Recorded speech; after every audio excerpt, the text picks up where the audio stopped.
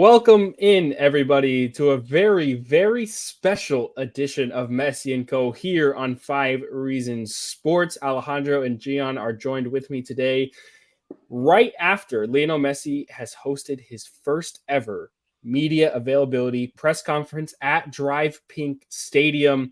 We learned a lot today, and Messi, in the short 17 minutes and 20 seconds or whatever it was that he had, there were some quotes definitely to be taken into context, and I'm sure it'll have everybody talking. We'll get right into all the coverage and what we found the most important. But first, let's take a listen into one of our very special podcast sponsors. If you are ready to transform your backyard into a haven of relaxation and luxury, look no further than our amazing podcast sponsor, L'Acqua Azzurra Pool Services. With over 20 years of industry experience, L'Acqua Azzurra is a name you can trust when it comes to services, equipment repairs, and restoration for all things pools. If you're looking in the South Florida area for your pool to be serviced on a month-to-month basis, L'Acqua Azzurra boasts an impressive 5-star rating on Google reviews, and it's a testament to their dedication to customer satisfaction and top-notch service. Also, if you mention Messi & Co., you will get your first month of pool service absolutely free. So don't wait. For pool service, patio renovation, or more, call them now at 954-793-7206 and get a free quote for any project. Thanks, L'Acqua Azzurra. All right, so like I said, 17 minutes just about with Lionel Messi sitting down in I would say he was in front of 75 to 80 media members. It was a packed press conference room. If anybody's ever seen pictures or been inside the room itself, fitting 75 to 80 people in there was quite the scrum. Let me just say it was tough. The gates opened at 2:30 p.m. for a 4 p.m. press conference. There was insane winds, there was insane rain all the way leading up to it, just like every major Messi milestone that there's been in his short Inter Miami history. All of it is blessed with the holy water that Jorge Mas said, which is actually just rain. So it was quite a spectacle in the beginning with all of the people that were sitting down around. It was, this is obviously one of the most covered athletes of all time, and it continues to be that way with him in South Florida. But we finally heard him speak. He was supposed to speak a couple of, I guess, weeks ago. I think it was before his first game. Maybe it was right after his first game against Cruz Azul. That was postponed until a later date. It was more likely than not canceled by Messi's request. And then he comes and speaks just before the Leagues Cup final. And I mean, I'm sure everybody was happy to hear it. So let's get into a couple of things of what he said. We'll start with you, Alejandro. Some of your key takeaways. What was the most important thing that you think Messi said? And he said a lot, but what was the most important thing that you think Messi said this evening? Well, actually, the most important thing is that we won a bet against Ashley. We did. And she owes us some food, and we're going to be gladly having some good things to Ashley because she said that Messi was going to speak in English. I'm like, I doubt it. He lived in Catalonia, Barcelona for so many years. I've never heard him speak in another language. So I thought maybe the marketing side of things was going to push Messi to speak English, but no, it hasn't happened. I should add this too, Alejandro. For the non-Spanish speakers, they actually had headsets it was a radio frequency for live translation that I had in my ear the whole time. You saw Messi put it in his ear when the questions were actually English. So once I saw that, I knew there was no. We have to tell. They're advancing. That's cool. That's good because there's a lot of people that really don't understand what Messi's saying. So, and by the way, we're gonna be posting we have a new Instagram account. So if you guys want to go ahead and check it out, we're gonna be posting all the videos and all the translations that Austin had.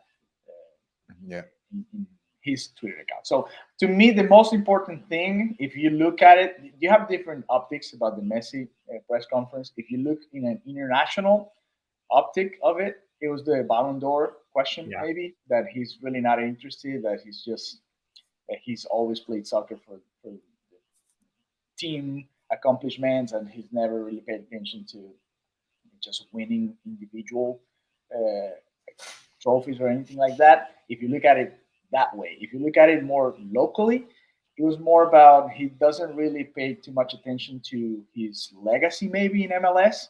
He's not thinking about doing something similar to what Pele did, or David Beckham, or Ibrahimovic, or any of these soccer stars that came to the United States to try to grow the game, to try to like make a statement and create a new era after coming to the United States. He's just he literally said he's just here to play soccer, to enjoy the game he loves, and to live a quiet life and an enjoyable life here in South Florida. So those would be my main takeaways, both Yeah. internationally, if you want to look at it in a bigger stage, because Messi is that big star that really gets everybody's attention. And if you look at it locally, that's the main takeaway. I mean, he's not, for those thinking like, okay, Messi now is worried about MLS future in the next 10, 15, 20 years. I don't know. I don't know. I mean, his answer today makes me think something different. Which, and the thing is, I don't think that he necessarily has to do anything other than play football to grow the game here. Like, I mean, he's already doing enough. He's doing enough. Yeah. The decision to come here was one in and of itself, but then to actually lace up and play, we've seen the growth in the last 6 to 8 weeks.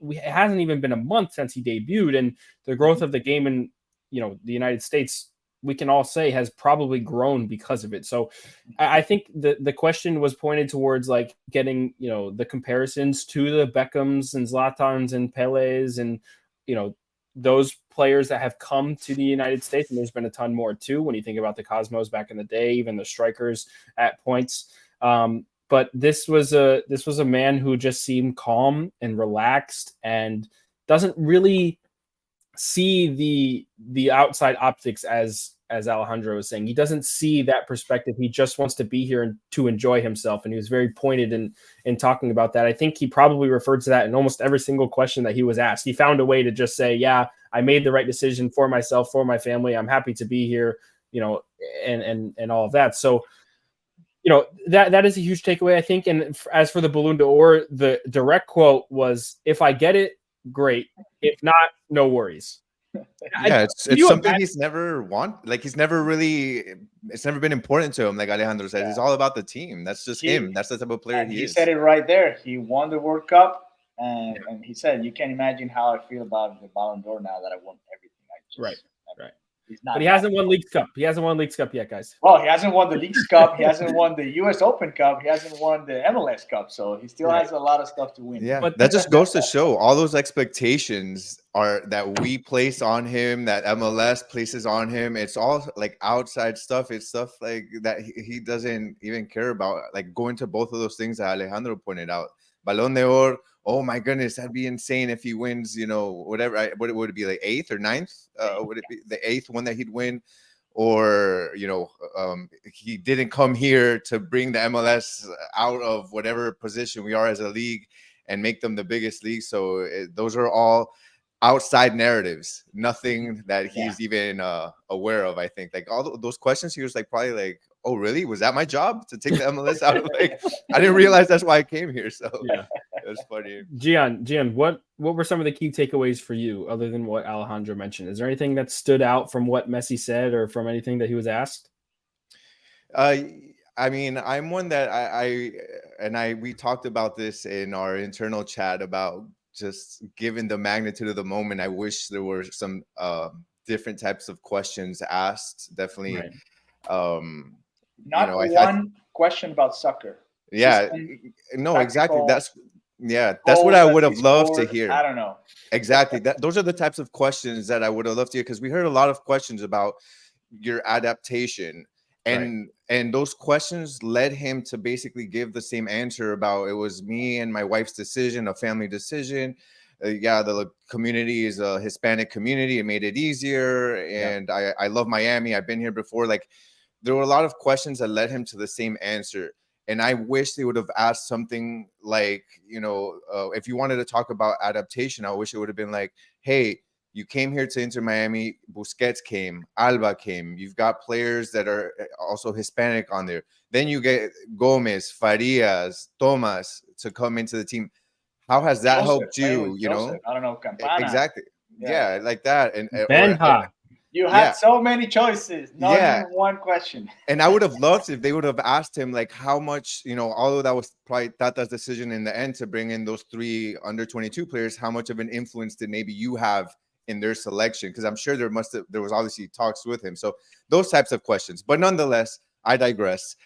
That's just kind of what I thought. But from the small pick of questions that we have, I think that one thing that was interesting was him when they asked him about the competition in the Leagues Cup, because I know that there's been a lot of talk about like he's just running through the Leagues Cup, like there's not much going on, but he said that he did find it to be competitive, that the Mexican teams do bring a level of competition that he is aware of, and he also, in this big talk about, are we up to par with the Mexican teams, or is this league up to par with the Liga MX? He said that a lot of the teams that he's had to play against and that he's seen in this competition are up to par with the Mexican competition. So I thought that was interesting. And he also mentioned that he saw this Leagues Cup as a fresh start for the team, which is something that we have even talked about in other podcasts, that it's awesome that despite everything that we've gone through so far these last 4 seasons, including the beginning of this season, to just be able to say you bring in these world-class players and you're able to see a fresh start. A lot of people that maybe didn't pay attention to Inter Miami before are looking at this team and saying, wow, like how is this team last place in the league? So it's nice to get a fresh start, especially with a bunch of new players. And then lastly, they asked him, how would it feel? And I liked this question at the end, how would it feel to win the first ever cup for Inter Miami? And what was interesting was he laughed. Like that was the first thing he did, was he laughed before he even answered. And he said that obviously that would be great for him and great for the fans. So just that like little laugh and smile, I think just shows that it actually would be something meaningful for him to be able to win something right off of the bat, getting here and obviously making history for Inter Miami. Yeah, that was the only one question about Nashville too. So, and it wasn't even really about Nashville. It was just about winning the competition. It wasn't even What about you, Austin? You were there. Yeah. What was your main takeaway? Well, it wasn't my main takeaway, but it was something that I noticed, because I think you guys have hit the nail on the head on most things. I do want to touch on a couple of them, but anybody notice how deliberate it was for him to talk about Paris negatively? Am I the only one who noticed that? Because he said, I never wanted to go there. It wasn't, necessarily the decision that I wanted to make. I wanted to stay in Barcelona, and how this was a different type of decision to come to Miami rather than go to Paris. That was a different decision. So it was right after he talked about how easy it was for him and his family, even with all the different kinds of adaptations they're having to make and whatnot. Yeah. So I thought that was interesting. I'm not going to talk too much about that because I don't want to piss anybody off. But I thought that was. Neymar wants out of there. Mbappe wants out of there. Messi was glad to be out of there. I mean, there's something. It's an interesting club, to say the least. I also think that it's important to note he has said to have had no issues playing on turf. He said he did it when he was growing up. He's not afraid of the adaptations, and so anybody who was throwing around those crazy rumors about the MLS commissioner asking teams to change the fields and all of that kind of stuff, just throw it out the window for now, because Messi has said he has no problem with it. And I think that that's really important to note, because if Messi misses any game in MLS, as we've talked about on the show, it could prove vital to their loss of an MLS playoff spot, because I think that with where they are now, as Gian mentioned, at the bottom of the table, and the amount of games that they have to win, every single game and every single point is going to matter, and you need Messi on the pitch. I don't care if it's 3 or 4 days after an Argentina qualifier in Mercedes-Benz Stadium on turf. I don't care if it's at the last game of the season in Charlotte at Bank of America Field.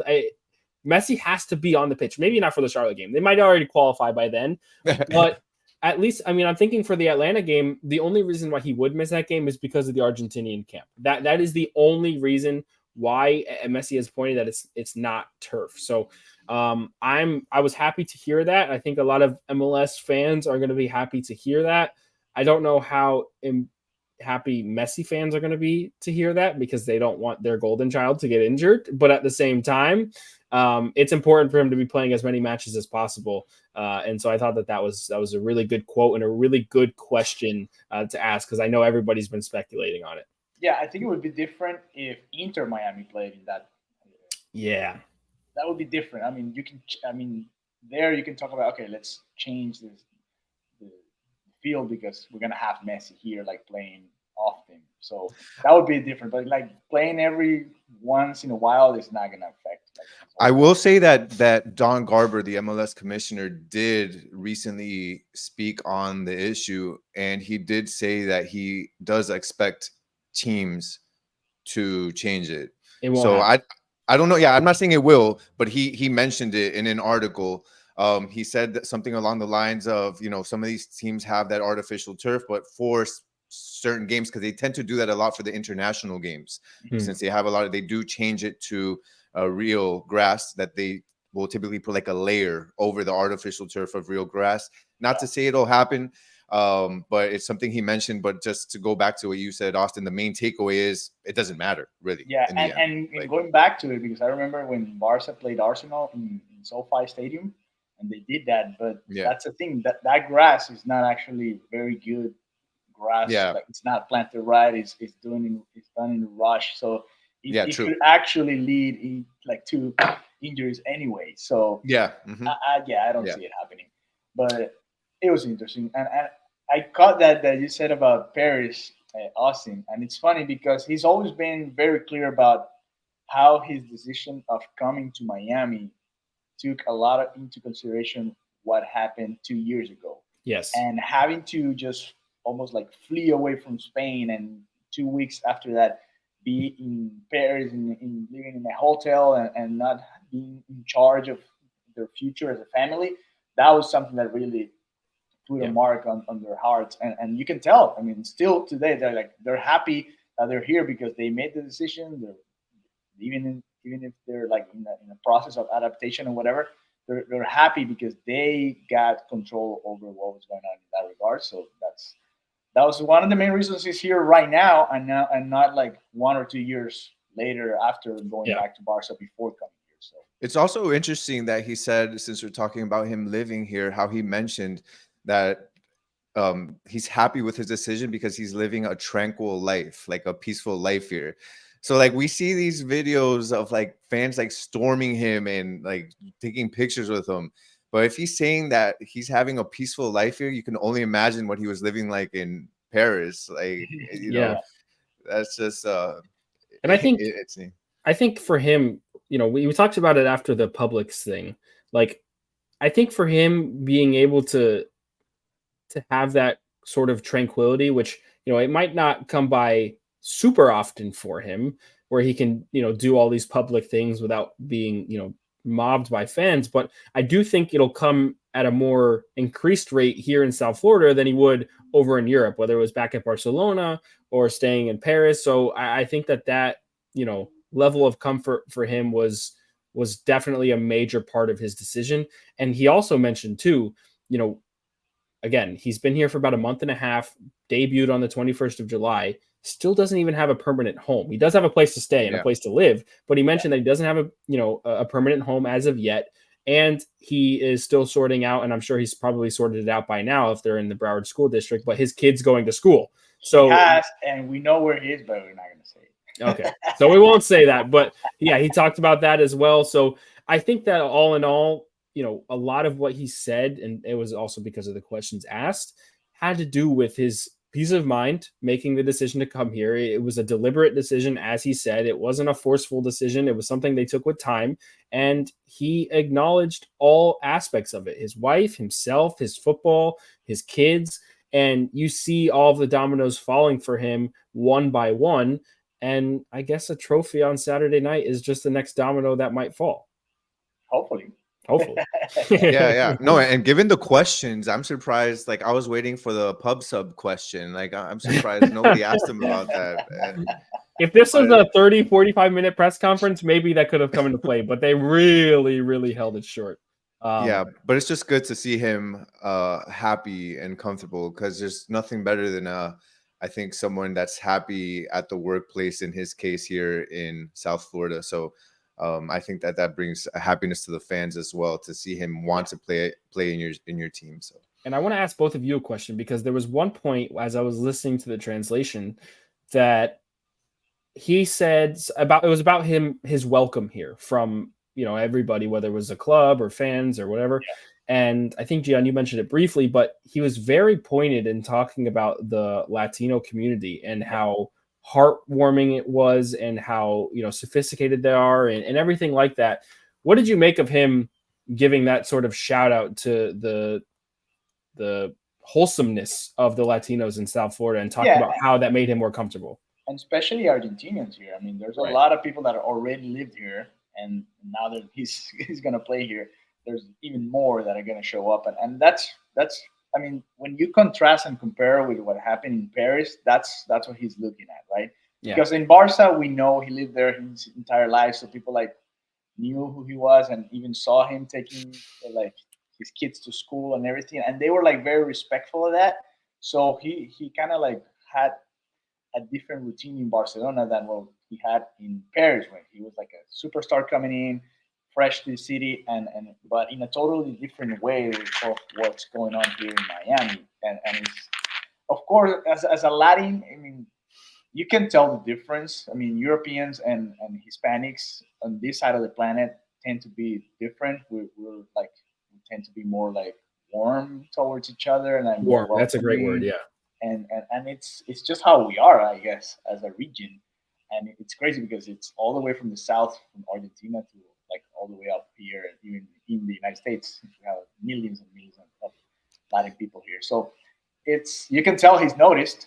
You can Yeah. tell he's noticed, and that's something important. And that was one of the main reasons I'm sure that he decided to come here. I mean, the weather, the location closer to Argentina, and actually being able to be in a place where he was gonna be comfortable no matter what. Even if Inter loses the rest of the games that he plays, he knows he's gonna be in a comfortable atmosphere with people that really love him and really respect him, and give him that like close feeling to what Rosario could feel like.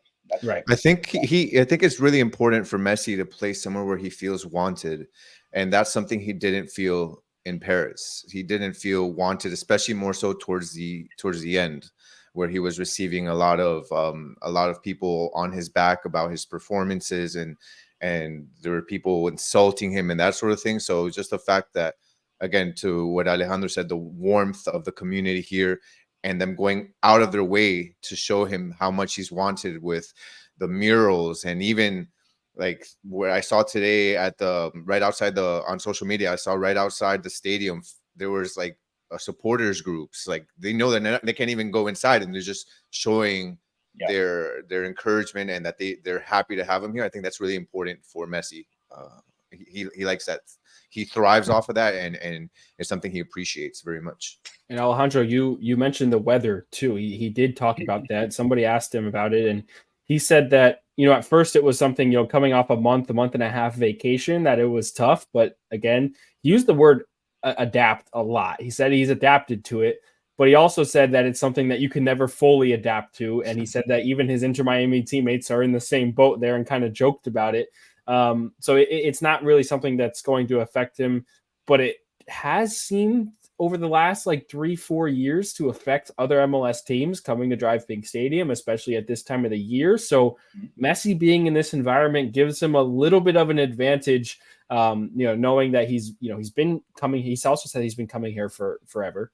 He's always been in Miami and in South Florida. He's come back all the time. He knows the area. There's a comfortability level that he wouldn't have gotten anywhere in the world besides Barcelona or Rosario. That's it. Like, I don't know if there's any other place. So he said that about the weather. Yeah, and that's why one of your friends' question was kind of odd, because they asked him like, how do you feel about like coming to this new city? Like he used to come every summer, so it's not like he's coming to a new city. But anyway, I digress, like my friend Jay. So I mean, it's South Florida humidity is just different, because summer in Europe it's very tough as well, and they do water breaks and everything, and We've seen Alejandro, it. they do water breaks at 80 degrees Fahrenheit. That's a nice day in South Florida. Oh, So yes. here it's just very hot and very humid. And even Alba said it in like his press conference. He's like, "Yeah, I still gotta like get used to like the humidity and the weather because it's really different. And if you're not used to it, especially since they're like, and we'll discuss it here, like they're doing a totally different preseason. Busquets, Alba, Messi, and all those are coming from Europe. This is the time of the year when they're just starting to get like their legs under them and like they're building up like the stamina and all of that. No, they jumped right into hard competition. That game against Cruz Azul was really hard. The first couple of games, the Atlanta one maybe not that much, but like the Orlando City game was really intense. The FC Dallas game was oh, tough with the tough weather. So, I mean, there's a lot of adaptation for him in different aspects of it, and I feel like weather is going to be one of them. And he, like you said, he said like people that are used to like even growing up here, they're like still struggling like with playing in this humidity in the summer because it's not that easy. And it doesn't help that this is, I feel like, one of the hottest summers I've ever experienced here in Miami. So that definitely doesn't help. It's been quite the ride. Did we miss anything that Messi said? I think we got pretty much all of it. And I do want to make a note. He also, I think Gian, you mentioned, I didn't get to mention it.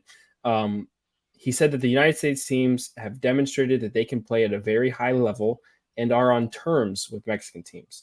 That has been an ongoing debate in this continent for years, especially with the CONCACAF Champions Cup and the Mexican teams pretty much dominating that competition. Then Seattle did it, and now MLS teams are spending a little bit more money and yada yada yada. It's been a whole discussion, and Messi has his say on it, and that was the first thing that he said. He said that it's funny to me because Mexicans, not Mexicans, but like media in Mexico are gonna grab that and they're gonna make a big deal about it. Media here are gonna make a big deal about it. And we gotta be careful with Canelo. Just saying. Yeah. And honestly, to be honest with you, I think Messi has no idea about not a clue. Next level and whatever, or MLS level and how they play each other and the history. Yeah. He probably doesn't even know that no American teams have won it or that they've never reached the final in the international clubs World Cup or whatever. He just said what he had to say and that's it. Don't make too much of it. After a year or two, and after he plays Conca Champions, since they're going to play next year, maybe he has a little bit more like background behind him, and we'll see how it does. But other than that, and besides playing the Mexican national team, which they played a couple of times in the World Cup, that's about what he can know, or playing with Mexican teammates or against Mexican players like Andres Guardado in Betis, for example, which they played a lot in La Liga. That's about it. But about Mexican teams, as like, no, I don't think he has a lot of knowledge. Yeah, no, I don't think so either. I think that he's very calm and relaxed, and he's going to stay out of all those types of discussions, and rightfully so. I mean, what else does the man have to do in the game other than just keep playing and enjoying himself? That's about it. Lionel Messi spoke to the media for the first time today. Those were our thoughts and our reactions. If you're watching here on YouTube, make sure you subscribe, hit the like button, turn on notifications so you can stay in the loop with all of our Messi & Co. content in English and in Spanish. If you're listening on any of your podcast platforms, make sure you follow the pod, download the episodes, and leave a rate and a comment, because we really do appreciate it. It helps us out a ton, whether it's Apple, Spotify, Google, whatever it is. Everything is heard. You can follow our Twitter at Messi & Co. and follow our new Instagram account as well at Messi & Co. 5RSN. We're going to be posting daily content there in English and in Spanish as we do with the pod. Gentlemen, Alejandro, Gian, thank you very much for doing this. And we'll have one quick word from a sponsor and we will get out of your ear. Are you ready to transform your space into a masterpiece? Introducing Mosaics, your destination for stones and more. Mosaics is a family-owned business serving the community for over 20 years. With the best quality porcelain, ceramic tiles, and high-end mosaics featuring unique modern designs, Mosaics has everything you need. Dedicated customer service, wholesale distributors, and a passion for excellence. Make sure you visit mosaics.com today to turn your vision into a reality. Oh, all right, everybody. We will go ahead and see you guys in Nashville on Saturday for Inter Miami's final in the Leagues Cup against Nashville SC. Stay tuned for the English and Spanish content. A ton of pregame stuff coming to you in the coming days as well. Stay tuned to everything at Messi and Co on Twitter. Subscribe to the YouTube. Follow on the podcast platforms, and we'll see you guys next time.